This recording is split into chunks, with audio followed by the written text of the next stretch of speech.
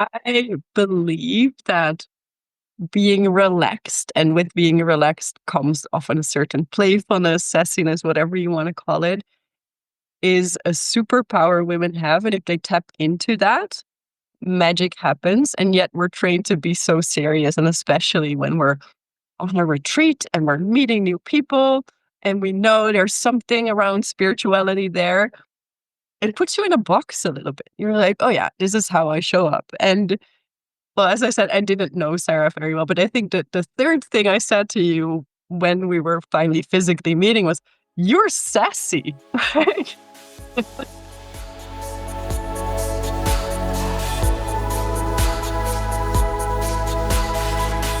Welcome back, seekers of the sacred.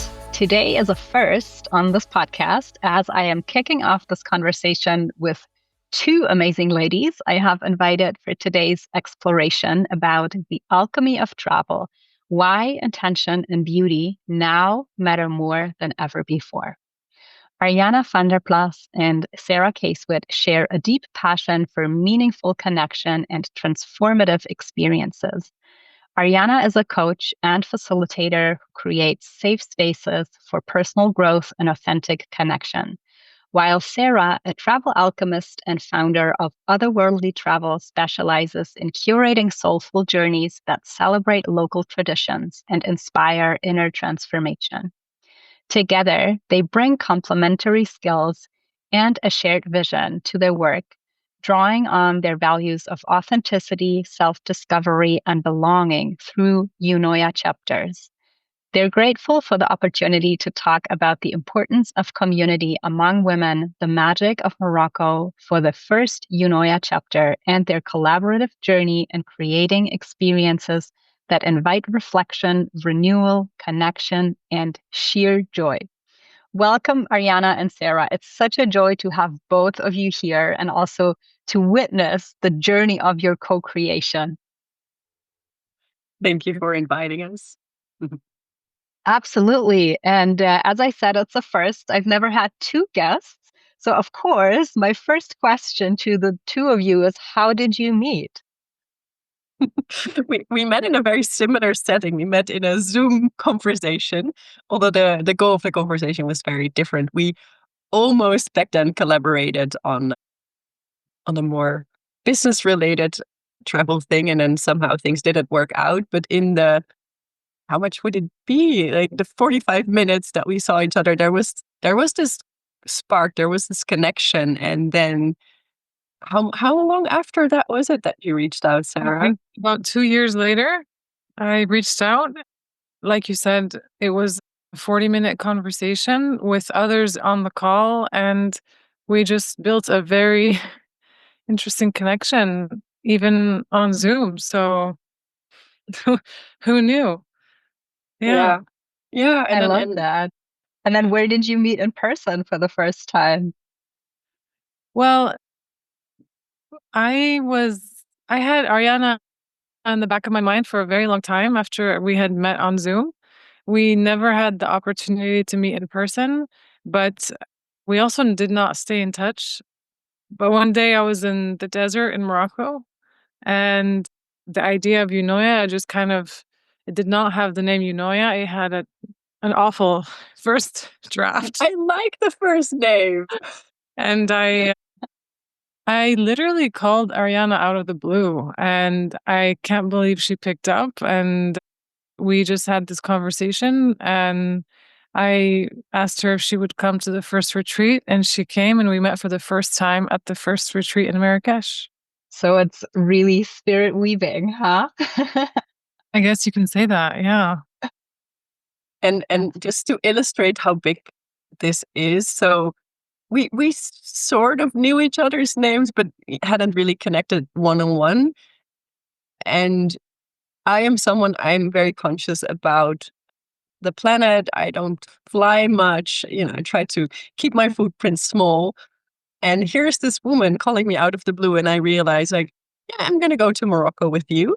I'm going to fly to this country that I don't know super well, to this woman who is organizing a retreat that I've met for 40 minutes in a group Zoom call, like a business group Zoom call.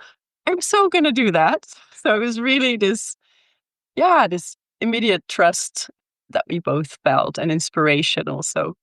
It went both ways, and I think we can talk about this to the conversation of the feeling of who attends these retreats. But the way that we connected and the trust that we built was so instinctual. It was a comfortable female space.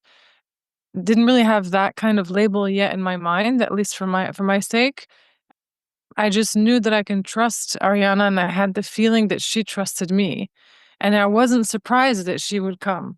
And I wasn't surprised that she spent hours building the discussion outline of the itinerary. And I wasn't surprised that she poured her heart into it just because she believed in it. And meeting her in person, I think it hit us then that I don't know who's crazier, the person who organizes a retreat and invites an unknown human being into her intimate world, or the unknown human being entering this crazy lady's Moroccan dream.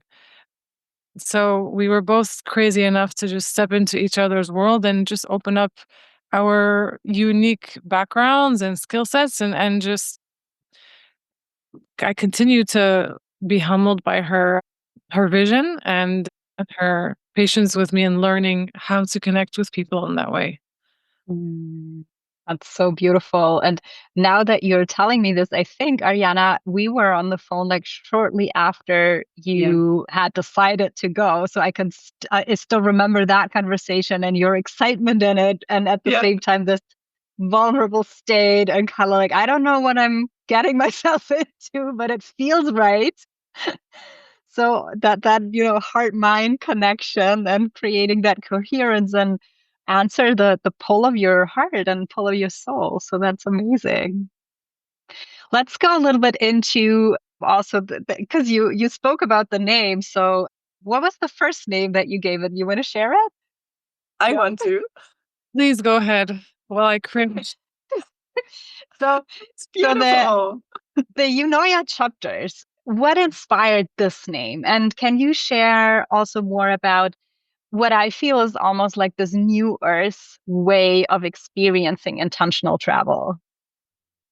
So the name means beautiful thinking in Greek, and the word chapters is aligned with how I felt when I first thought about creating something that brings people together in beautiful spaces, that inspires beautiful thought and safe space for us to expand on our fears, on our doubts as women.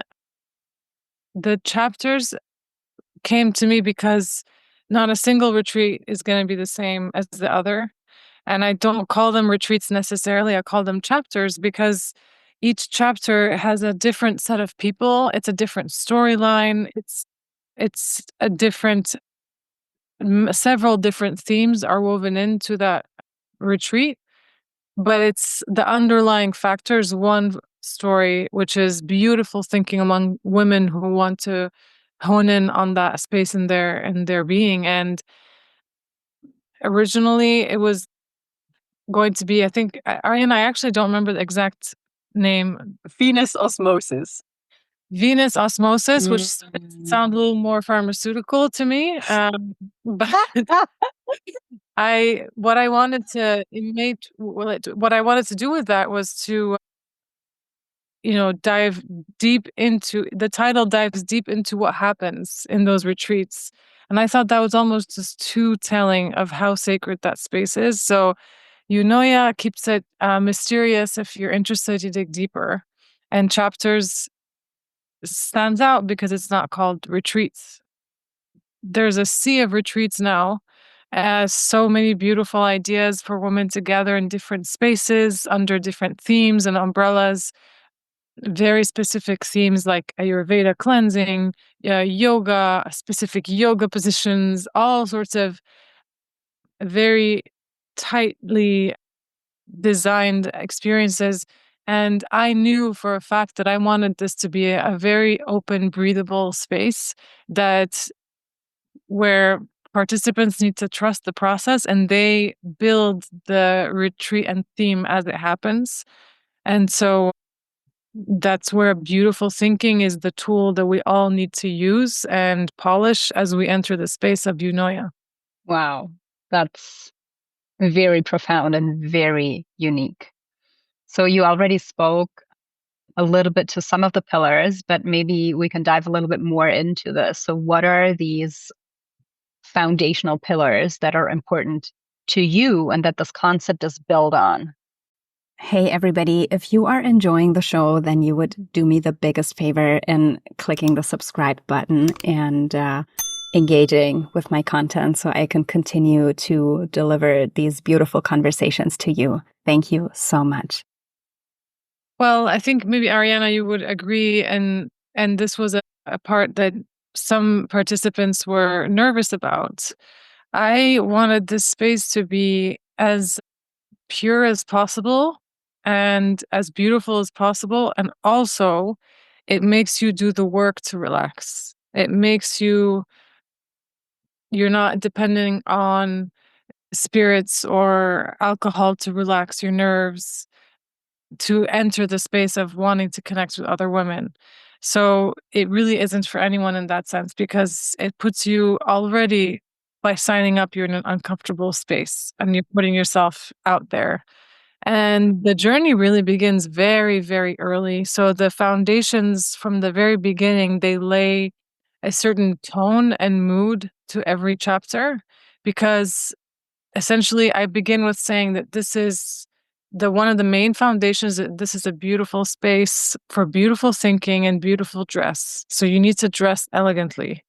And I got a storm of questions. What does that mean? Do I need to bring like prom outfits? Like, do I need to dig out my, cocktail dresses? And I said, do whatever makes you feel beautiful. There's nothing that is enforced. It's just a level. It's a station that we want to be in. So if that means pantsuit for you, go for it. If that means a full-on blown out Pakistani outfit with all the bling, go for it. For me, it was a Moroccan kaftan, daily, a different outfit, and Uzbek cloaks and tons of jewelry, glitter on the face, and anything that allowed me to feel safe in who I am. That was one of the foundational rules: is no jeans, no leggings, no sweatpants, and always elegantly dressed. And we can talk about the effects of what that did. And the second thing was no alcohol, mostly because I grew up in Morocco, which is obviously a Muslim country, and I wanted to extend the experience of the cultural space and protect that spiritual space that Morocco is so proud of, and the reason why it is sacred is because of many of these guidelines. And then, the main one, which stands out on most retreats, is the fact that it's fully collaborative. So I'm not leading the retreat. There is no leader in a sense.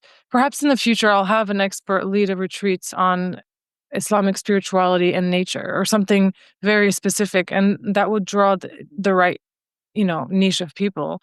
But here it's everyone collaborates, everyone has a story, everyone has a voice, and I requested that everyone collaborated to the retreat 30 minutes of their expertise. It could be, my collaboration is that we all take a nap, because I think we need to sit silently and rest. Then that's absolutely fine. That's what you contribute and bring peace to our hearts. So that was a very interesting, kind of almost social study, to witness 12 different angles and stories that ended up connecting without a theme that was placed forward. Yeah. Yeah. Yeah. Yeah. Wow. I mean, there's already so much in it. And I feel for now, I also want to dig a little bit more into how the two of you are collaborating, and then you are opening the field to everybody that you are inviting, which is, I guess, for many women completely new to the other paradigm of what we are sort of conditioned into, that there is this jealousy and there's a lot of wounding. So as you say, like the minute you sign up for it, you like enter the space of vulnerability in a way, but also what that it kind of like cracks your heart open to this other way of communicating and relating with women. So what have you witnessed in the field? Well, I can say I think my role was interesting because I was both a participant and then as Sarah was preparing for the first chapter also almost felt like sort of a cheerleader mentor role of like I felt so strongly this needs to exist in the world. This vision that Sarah has, I want that for me and for others and even beyond the participants. I want people to experience this way of being together so that they have a ripple effect on the places they return to. And this was a super international group. So people came from all different countries, from all different religious or spiritual backgrounds. And to that idea of, this ripple effect, it's not going to just be, we're going to spend a few days together. It's really a source to tap into that we then take into our own world. So for me as a participant, or as initially I'll sign up, I'll be there. I also, and this is what Sarah really beautifully does, is I felt like, there's a bigger role for me to play here in supporting Sarah and creating this space and holding this space. And I think that was really special. So for example, a very practical thing I did is I did a bit of an opening meditation and then invited a discussion. When we were there on the first day, invited a discussion about how do we want to be together? What are our values as this group that is coming together? And I think having this because it can put pressure on you, right? Thinking like, I need to contribute for at least 30 minutes. I need to do something smart. And instead leaning back and feeling like, this is the role I can play here. So we had women leading beautiful lectures about yin and yang energy. We did some energetic movement and exercises together. So it all just emerged because there's this inviting space where people felt, this is what what I can bring to this group. That this would be my piece of this mosaic that we're building together. Yeah, it created a really, in my head, I was comparing it to other retreats I've been part of. And for me, I'm on the introverted side of the spectrum. So for me to be in a group the whole time, it's really intense. Usually I need time to recharge. And here I didn't feel that because there was this foundation of openness and curiosity. None of the jealousy, none of the competition, but a lot of,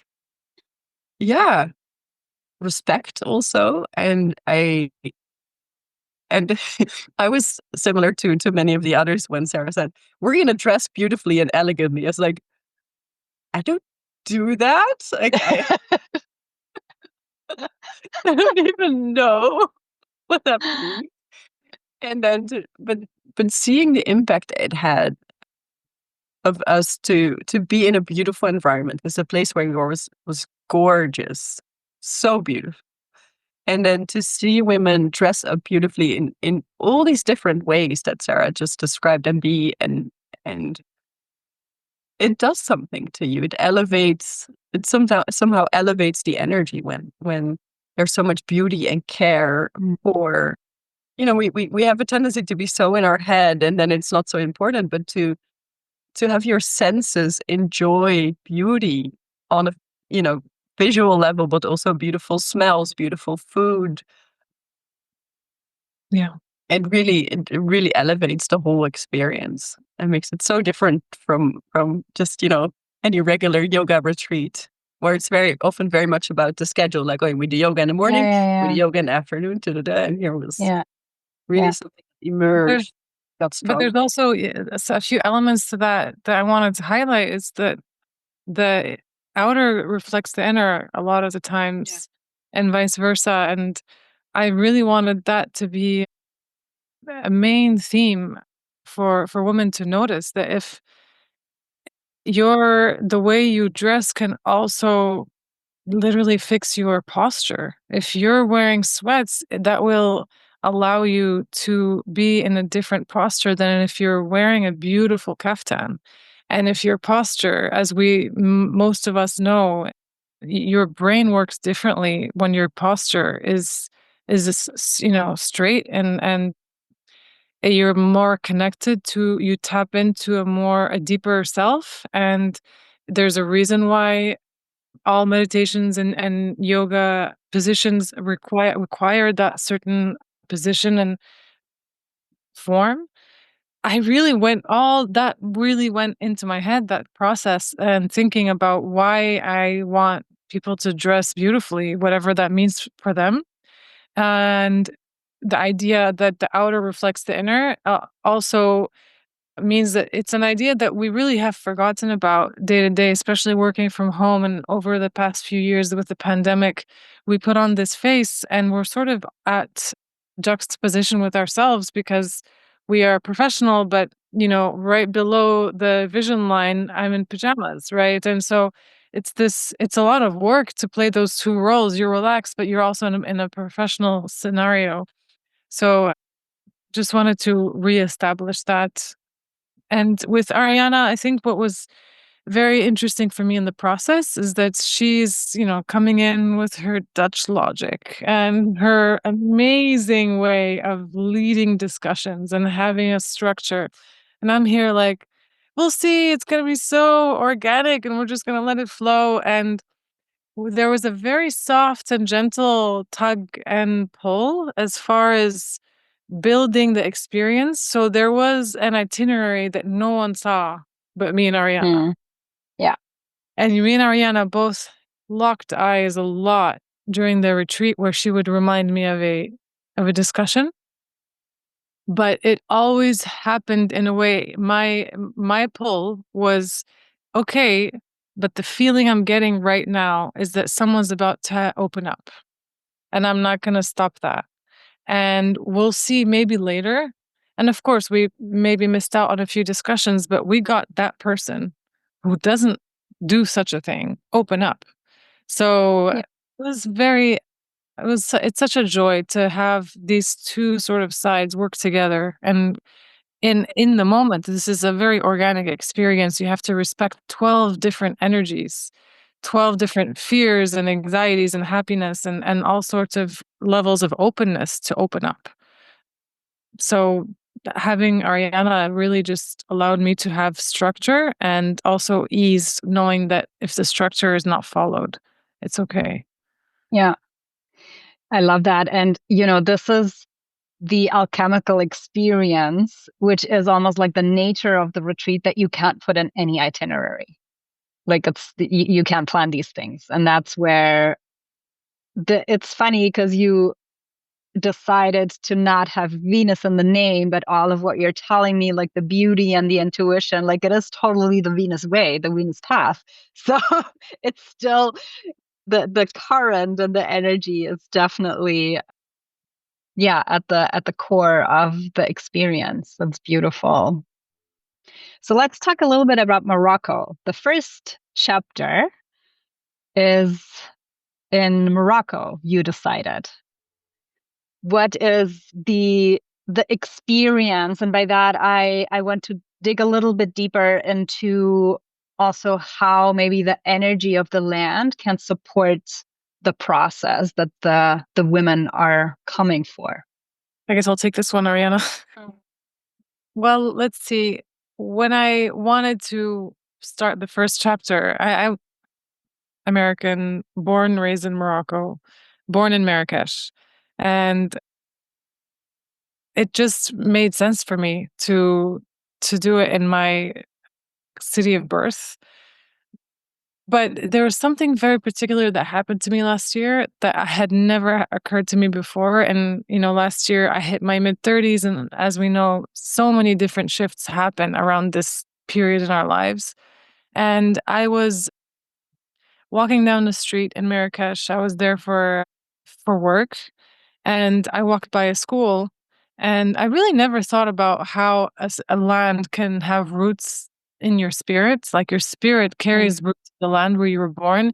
Because I've lived so many places, I've had to sort of ignore that to keep my emotions safe and to to be able to move around and thrive wherever I go, or at least try to thrive.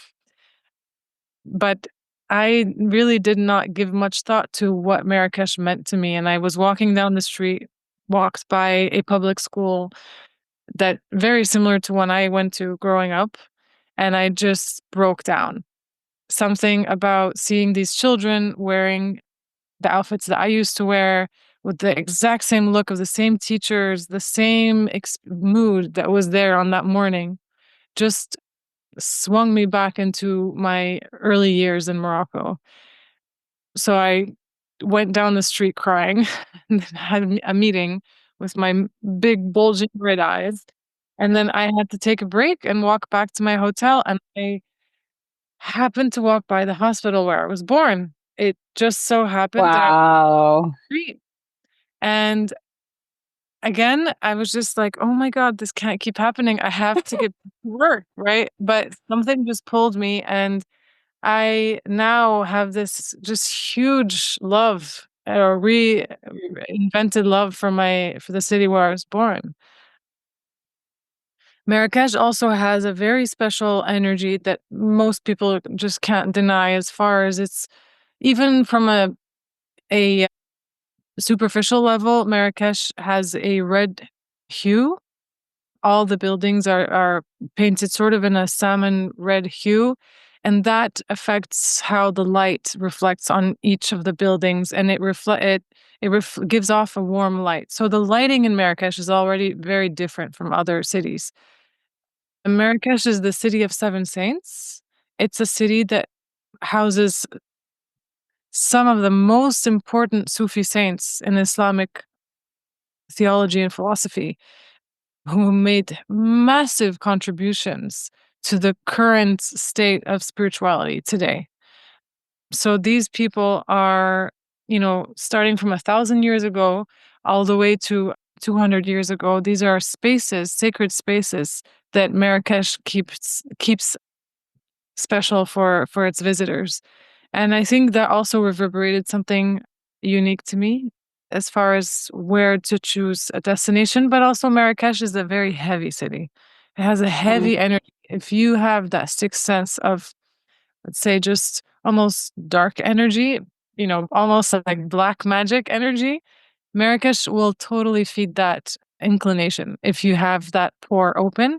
So I didn't want us to be in the city. I wanted us to be out in the countryside with a horizon to look at, enter the city, and come back to our retreats.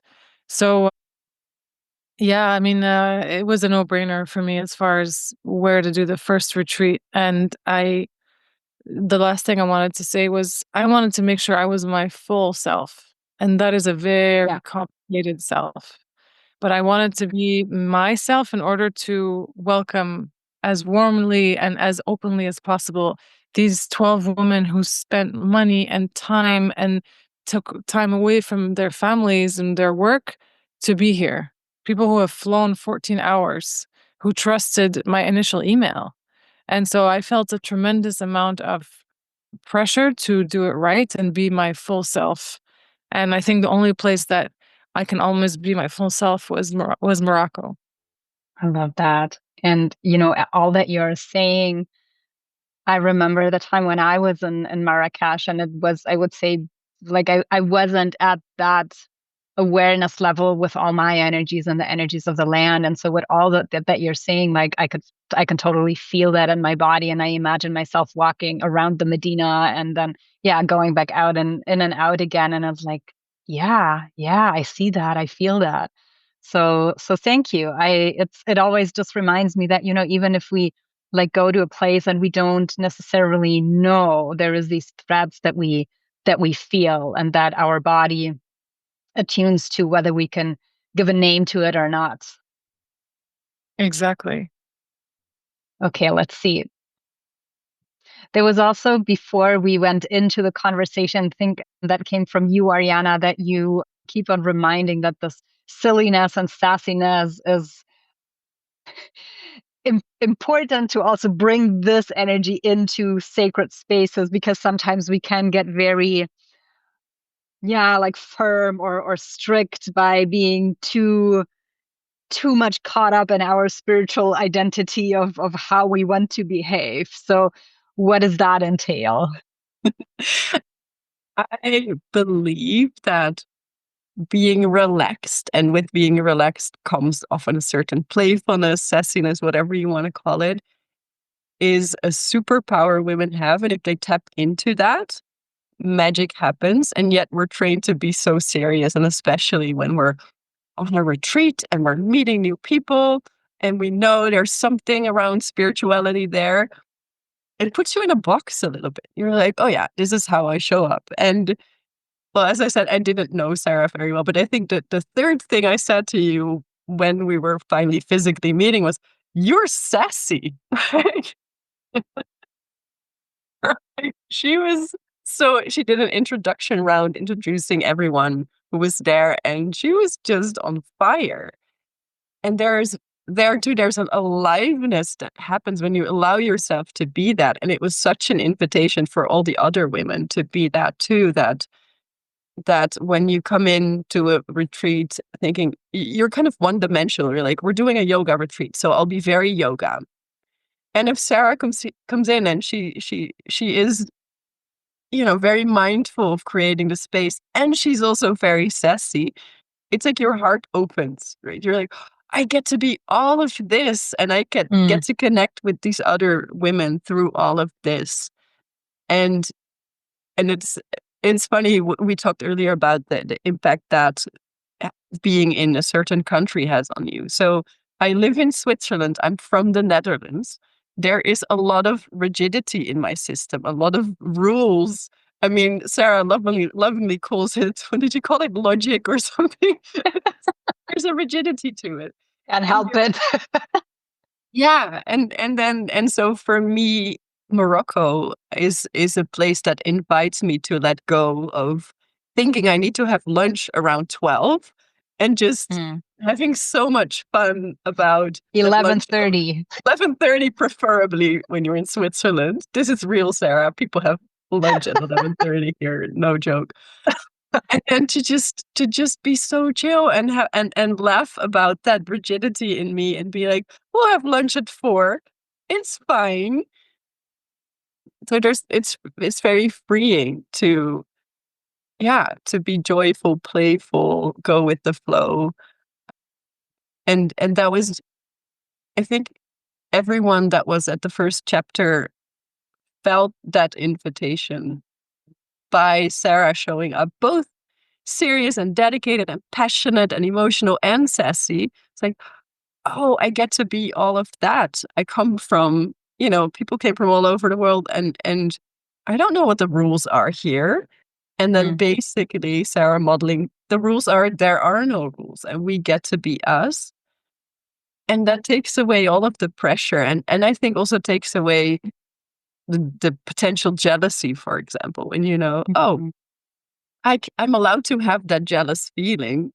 Like when Sarah was saying, there was a woman dressed in these beautiful Pakistani outfits that I wouldn't know how to dress like that.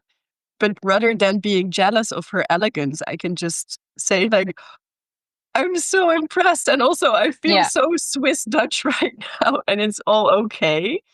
Like this allowing all of that to be there, rather than me trying to be, I don't know, polite and say you look beautiful. And then internally what happens is I collapse a little bit because I'm intimidated by this beauty. Yeah. Yeah. It's a lot of maiden energy in a way. I'm getting kind of Persephone vibes. What is exercises that you encourage during the chapters that people can really indulge in this energy? There were a few things that we did. I liked the small things. Yeah, Arjanna asked me a few days ago, what do you remember of the retreat particularly? And I just said it was these passing moments, this like ribbon of time interwoven through all the very special experiences that we had, but just walking by and seeing, two of the women on Duolingo learning Chinese for some reason, and then walking down, and then 2 others are doing acupuncture in the living room, and then 2 others are just reading a book to each other. And it was just like this quiet, free sort of space. But Yeah, I mean, I think that it's practices like at dinner, the first dinner, I said, you only can serve the person next to you, you can't serve yourself. And so you get in tune with the needs of the person next to you, and you don't know that person. You've never met them before. You don't even remember their name yet because everyone had different names from all over the world. And I mean, really, no one had a common mother tongue. That's how diverse the group was. And what that did was there was an awkwardness in body language in the beginning and bumping of arms and oh, and that for me breaks the ice in a very, very organic way because you're doing all these awkward movements and we're just 12 women trying to relax, but we're also serving each other. So that was very, very heartwarming the first night. And then what Arjanna said was actually, it took a lot out of me to be myself and to introduce the 12 women. But what I wanted to do, usually in this space, it would be, all right, we're going to do an icebreaker, something from the hat, and then introduce yourself and say something that, your favorite color or your favorite smell or memory from your childhood. And you know what? I just did not want to put anyone through that experience and enforce that on them. So one practice was I will overhost the first day, and I'll even introduce you the way I see you in my heart so that you can feel comfortable to open up whenever you're ready. Because I felt like this was not just any retreat, this was people stepping into my home almost. And I wanted to welcome everyone. And I had the massive privilege of knowing everyone. Although Arjanna, we only met on Zoom, but that didn't mean that we had a very strong connection as much as everyone else. So that, I think, opens the door, like Arjanna said, to everyone feeling comfortable being as sassy and wacky as they wanted to be. But it really made me, I saw myself as this 12-faceted person because everyone brought out something unique about me. And I loved that. I felt validated from all the quirky sides of me by every single person that was there. So there are just a lot of different habits that we had. Eating together, one table, of course. We all had the same shoes in the house. We all took off our shoes at the door. And, just being available to open up, I think that just happened naturally. And of course, the discussions in the more structured part of the retreat. Yeah. Yeah. I can see, these rainbow fractals that are coming out of each and every one, but just by allowing them to be and not like trying to dim some sort of spectrum. So it's, yeah, super inspirational. Where are the next chapters leading the two of you? Yeah, so we were again on Zoom discussing that, and I think I pushed you a little bit, Sarah. But I really felt like it would be so beautiful to be back in Morocco, but in a different place.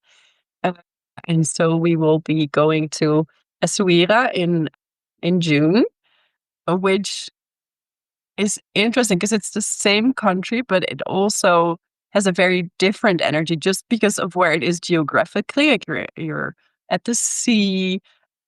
There's an art community that's very present, so it already feels very different. Which is, when Sarah in the beginning talked about all the chapters being different, just the location will bring out something different and there will be different people coming, but in the people that will come, we're building on that. But Sarah has more plans, not just in Morocco. Maybe you can say more about that too.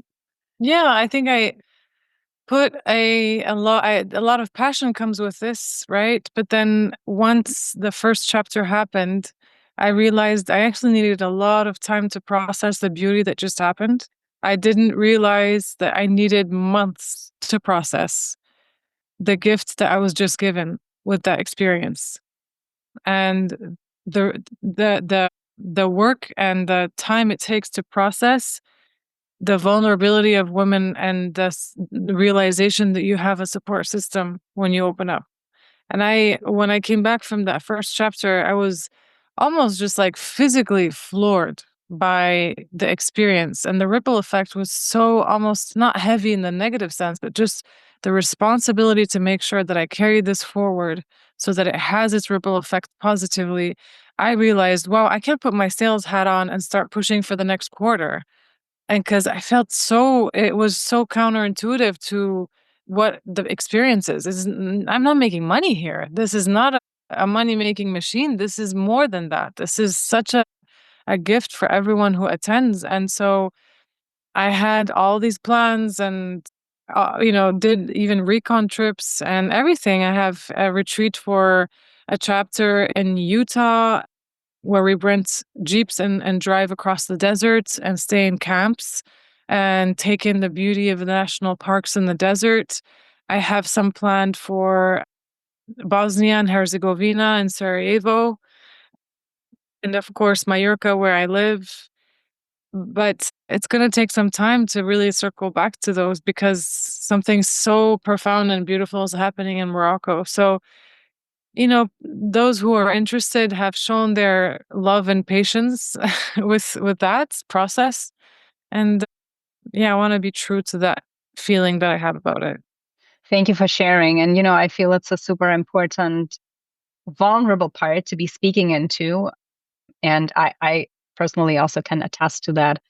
Like whenever we go somewhere, as much as a facilitator, but also from a participant perspective, and we truly go through this alchemical process like we're not even the same person anymore, and we come back and you try to integrate all of these experiences, all of these, I don't know, soul remembrances into your being. It really takes time, and it also takes time to just be and rest and allow ourselves to fully embrace that and do that. So yeah, honoring that big vision and honoring also the cycles that you are going through. Yeah, it just sounds like, something beautiful. And again, like I'm coming back to Venus and I'm coming back to the rose, and it's you can't force a rose to bloom. So every petal, every chapter will open when the time's right. Yeah. Yeah. And I think, Arjanna, maybe you remember we talked about on Tuesday, which was that I think a lot of us are feeling a sense of loss, doubt, contraction. It might be in relation to the winter, it might be in relation to the new year, also just the world events and everything that's happening constantly.